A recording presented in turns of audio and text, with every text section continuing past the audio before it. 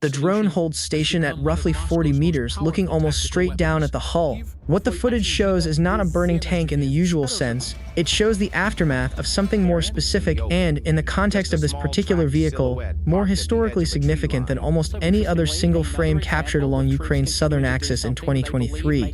The turret has shifted, not dramatically, not blown clear across a field the way a catastrophic Soviet-style ammunition cook-off tends to send a turret skyward in a spinning arc of steel. The displacement here is lateral, partial, unambiguous once you know what to read.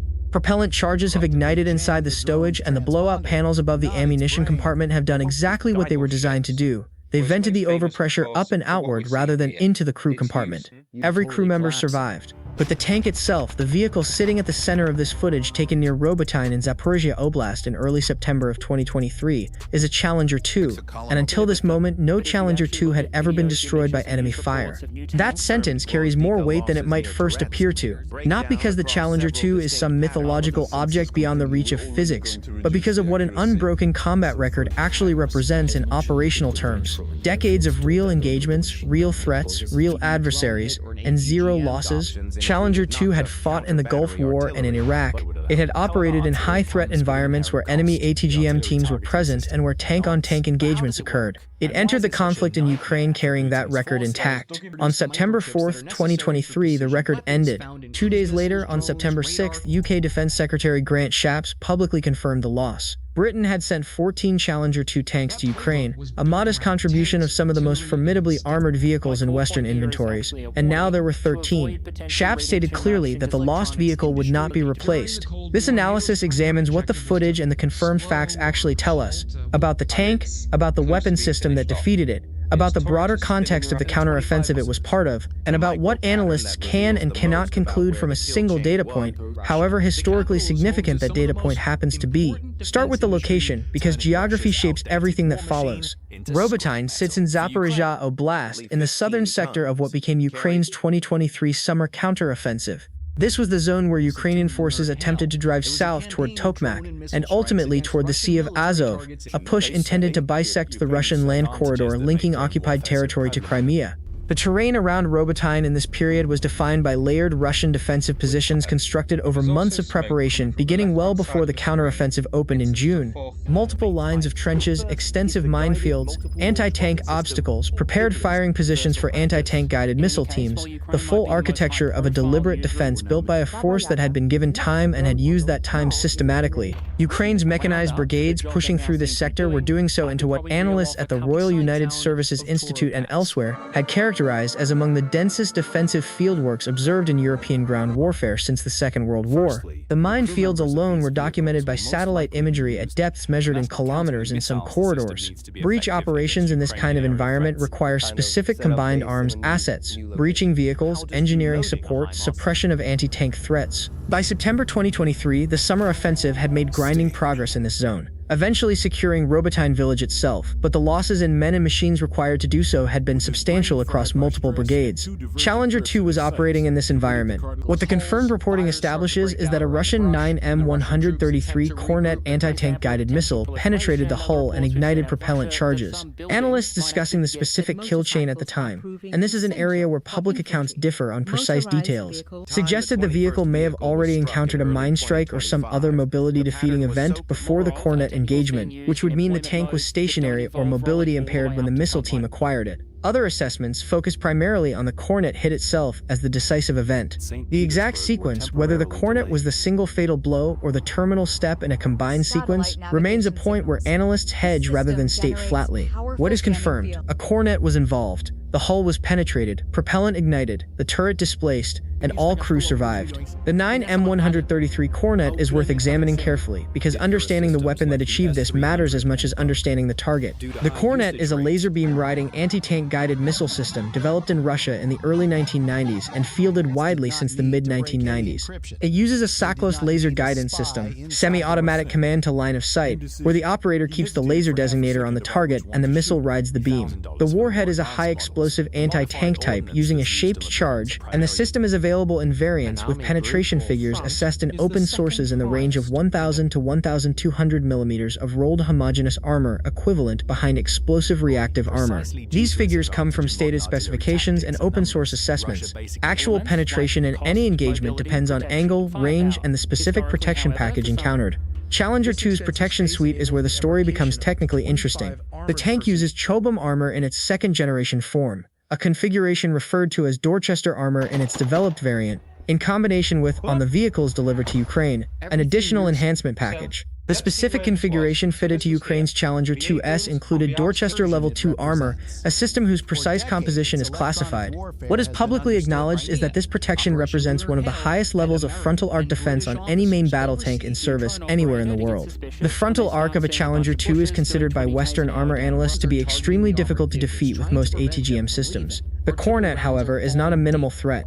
It is a capable, modern system with high-end warhead performance, and the specific angle and aspect of penetration in this engagement clearly achieved a result. One of the critical details established by the footage and the survival of all crew members is what the penetration ignited. The Challenger 2 uses a separated ammunition stowage arrangement for its propellant charges. The main gun is a 120mm rifled cannon, notably the only rifled 120mm on any NATO main battle tank, a design choice Britain made deliberately, one that creates a logistical distinction since it uses separate loading ammunition rather than the standard NATO unitary rounds fired by Rheinmetall armed tanks. The propellant charges for the gun are stored in a compartment with blowout panels. These panels are designed to direct the overpressure of an ammunition fire outward rather than into the crew compartment, giving the crew a fighting chance of survival even if the stowage ignites. That design worked here. The crew survived. The panels functioned. The tank burned, the turret moved, but the humans inside got out. This outcome tells you something important about the Challenger 2's protection philosophy. The vehicle was designed with the assumption that it could be hit.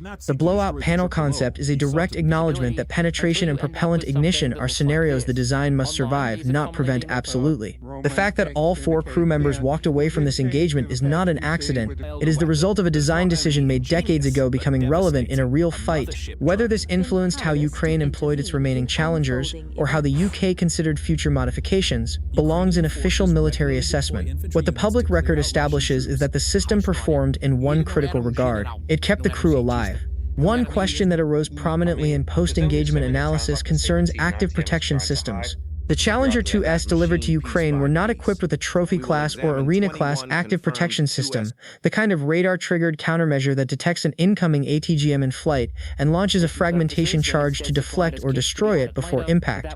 The absence of an active protection system on these vehicles was not a secret.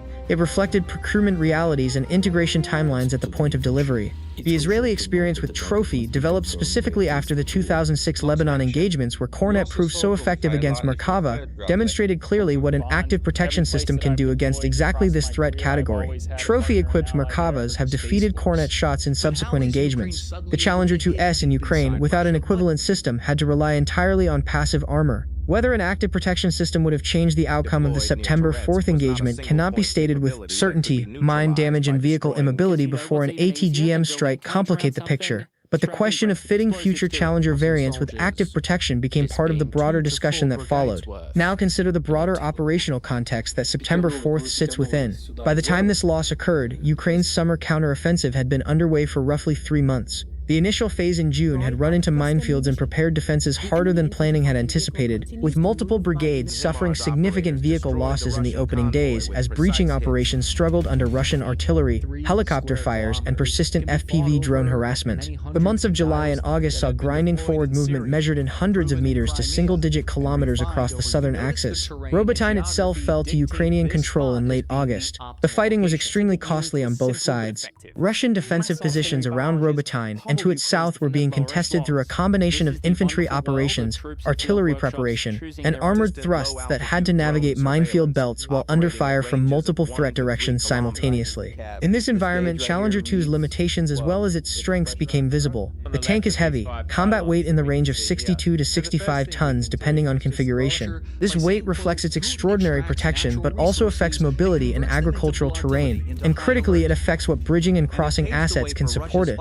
In a high mine density environment, the combination of weight and limited agility means that once a track is damaged or running gear struck, the vehicle stops and becomes a target for an ATGM team to engage at close to optimal range and timing. Whether this applied precisely to the September 4th engagement is something analysts assess assess in hedged terms. The sequence of events leading to the Kornet impact is exactly the area where accounts differ and where caution is appropriate. The OSINT community's response to this event was extensive. Multiple accounts attempted to reconstruct the exact kill sequence from the available footage and from Telegram posts circulated by Russian military channels. The footage showing the hull in the aftermath was clear enough about the turret displacement to confirm what British authorities subsequently stated officially. Analysis of the hit location generated discussion about whether the penetration was into the hull side or rear hull area, where armor protection on any main battle tank is significantly reduced compared to the frontal arc. Rear and side armor of the Challenger 2, while still substantial by broader standards, is not the equivalent of the frontal array. A Kornet impact against a side or rear aspect tells a different story about the vehicle's protection than a frontal hit would. This distinction matters because some of the claims circulating in the immediate aftermath suggested this engagement proved Challenger 2 was not as well protected as advertised. Analysts with a more measured approach pointed out that the test of a tank's frontal protection is specifically its frontal protection, not its all-round armor, which on any current main battle tank is weighted toward the 60-degree frontal arc because weight distribution makes that the only practically achievable design priority. A Kornet penetrating a rear or side aspect of a Challenger 2 demonstrates the Kornet is a capable missile. It does not establish that the Challenger 2's frontal armor was defeated. The history of Kornet engagements provides useful context. The system was used extensively in Lebanon in 2006, where Hezbollah missile teams equipped with Kornets engaged Israeli Merkava tanks, including Merkava 4, considered among the best protected tanks in the world, in prepared defensive ambush positions. Israeli accounts documented multiple Merkavas hit with casualties, and the IDF's Trophy Active Protection System subsequently became a direct institutional response to exactly this threat category. The pattern of a capable ATGM defeating a capable tank in a defense-favoring environment, with trained missile teams in prepared positions, was not new in September 2023. What was new was the specific tank type involved and the historical weight attached to it. The significance of Challenger 2's unblemished combat record before this date deserves measured analytical perspective. The tank's service in the Gulf War and in Iraq was real, but those conflicts involved threat environments that were in many respects less challenging for a defending ATGM crew than southern Ukraine in 2030. In Iraq, the principal threats to coalition armor included older RPG variants, mines, and improvised devices, not purpose-designed long-range ATGM systems fired from well-camouflaged prepared positions by trained crews who had months to sight their ambush points. The absence of Challenger 2 losses in those earlier conflicts reflects the design's quality and the professionalism of its crews, but it is not a universal statement about invulnerability against modern anti-tank missiles employed in optimal tactical conditions. The British decision not to replace the lost vehicle, leaving Ukraine with 13 Challengers, was publicly framed in terms of limited availability and UK force structure requirements. The 14 Challenger 2's delivered to Ukraine represented a relatively small fraction of the total inventory, but given the complexity of maintaining a different ammunition type from the standard NATO 120mm smoothbore round and the specialized crew training required, a fleet of 13 is operationally thin. For combined arms operations at scale, 13 Challenger 2's cannot serve as the armored spearhead of a major offensive. The numbers do not support that role. They were, and remained after this loss, a supplement to Ukraine's much larger fleets of T-64, T-72, and Leopard 2 variants rather than the primary instrument of maneuver. The war in Ukraine by September 2023 had demonstrated repeatedly that main battle tanks operating without adequate artillery suppression of missile teams, without active protection systems, without engineering support to clear minefield lanes under fire, and without overhead ISR to locate and designate ATGM positions before armor advances were extremely vulnerable, regardless of their design quality. This applied to T-72's, to Leopard 2's documented by Oryx as lost during the same counteroffensive, and it applied on September 4th to the Challenger 2. The threat template, mines to halt the vehicle, followed by ATGM engagement of the stationary target, potentially followed by loitering munition or FPV drone strikes to complete a kill or prevent recovery, had become a repeatable pattern that Russian defensive forces applied across the entire counteroffensive front. The Kornet system itself reflects a specific doctrinal choice about how to defeat an expected armored thrust.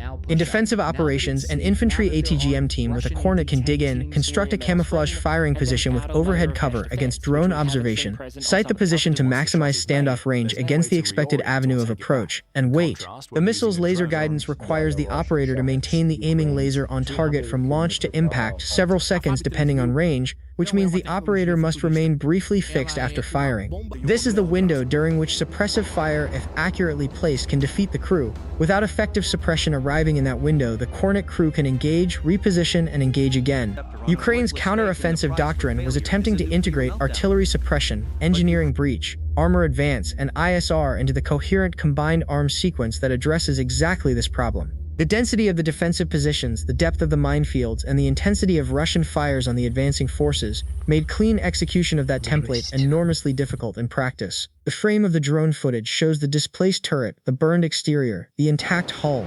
There is no catastrophic structural failure. The vehicle is not in pieces, it burned, and the propellant stowage fire caused the turret displacement, but the hull itself retained integrity, consistent with what the blowout panel design is supposed to achieve. The fire was directed out through the panels, not inward through the crew compartment. In operational terms, a vehicle in this condition, hull structurally intact, crew survived, represents a recovery and potential repair scenario in a permissive environment. In the contested terrain of September 2023, with active Russian forces in proximity, recovery was not the outcome. The tank was abandoned in place, consistent with the British confirmation of its loss.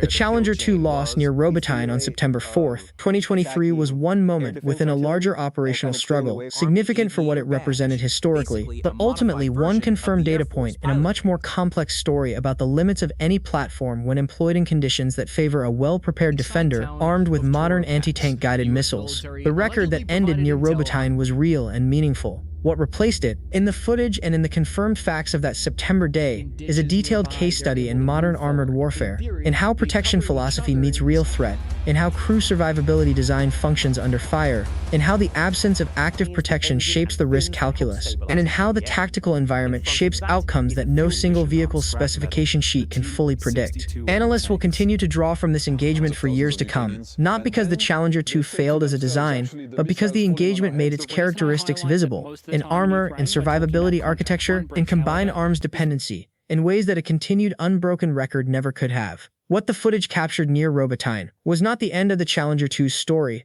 It was, in a specific and instructive sense, the beginning of an honest reckoning with what even the finest tank can and cannot do alone.